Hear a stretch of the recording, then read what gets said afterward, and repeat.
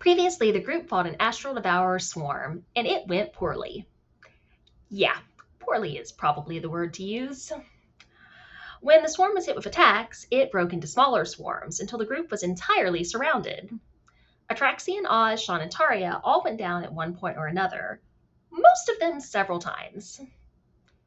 And then Oz died. Yeah, it was that kind of fight. Zaya got a very bloody Sean back to her feet. Keelan, Sean, and Tornak were able to speak the word to the ritual to take out the shadow spawn. Tornak got Taria conscious, while Keelan force-fed Atraxian good berries. Sean was able to use Revivify to bring Oz back. And the only reason it worked is because Atraxian inspired her earlier in the fight, and she'd clung to that inspiration. That said, Sean couldn't help but notice while casting the spell that there was a bit of unexpected resistance. Almost like it wasn't Oz's first time dying and coming back. Around the same moment that Oz came gasping back to life, the energy from the defeated Shadow Spawn flew into all of their bodies. Everyone was immediately healed of their injuries and felt stronger. The group sat down to rest a little after all of that. Keelan went wandering off with Saba, who he had to bring back because, considering the barbarian died during the fight, it shouldn't be a surprise that the otter didn't make it either. Eventually the group, minus Taria, found a chest they suspected had the artifact they were looking for inside of it. Around that time, they realized they'd lost Taria, and Tornak went looking for her, which, in retrospect, may not have been the wisest decision. Taria rejoined the others and used Detect Magic to take a closer look at the chest, and her appearance changed as she did. She looked like a slightly older woman, who at least a few of the group suspected might be her mother.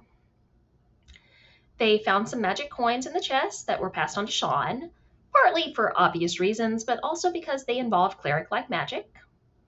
They also found the talisman they'd been looking for, which Atraxian warned them was 100% cursed to harm anyone who wasn't a kobold who made the mistake of putting it on. The group made their way out of the cave and met back up with the others. They gave Aki the talisman, and she immediately put it on. The talisman glowed and sank into Aki's skin, turning into a tattoo. Her body shifted slightly, and she looked more physically powerful in the aftermath.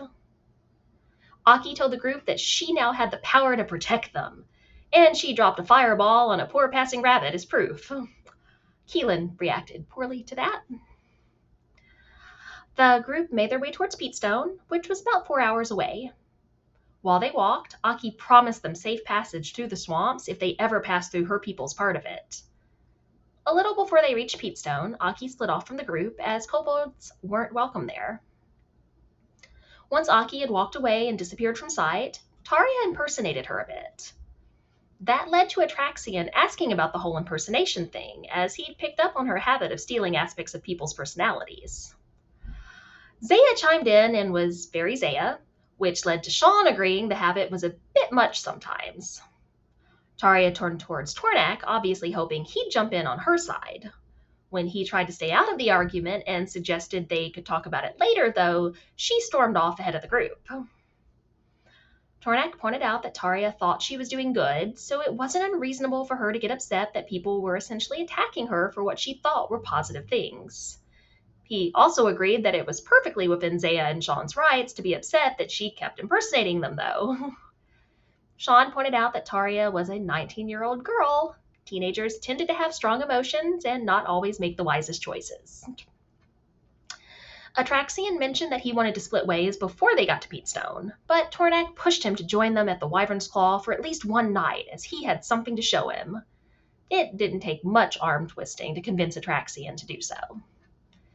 It was night by the time Taria arrived at the gate to the city.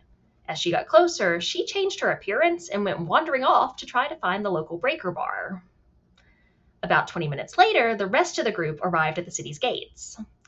There was a noticeable display of heads outside the gate. Yes, exactly. Atraxian told them that the religious leader of the city didn't believe in money and was very pious, which was why he'd intended on splitting ways with the group before they arrived, as he wasn't sure how their eventual trip to the temple would go. The group made their way to the Wyvern's Claw, not particularly surprised that Taria wasn't there. It wasn't very lively, and the goth barkeep showed no interest in anyone except a slight smirk when he sensed a kindred spirit of sarcasm in Sean.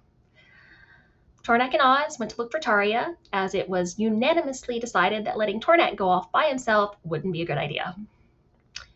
Sean pulled Zaya upstairs and asked her if she knew that it hadn't been Oz's first time dying.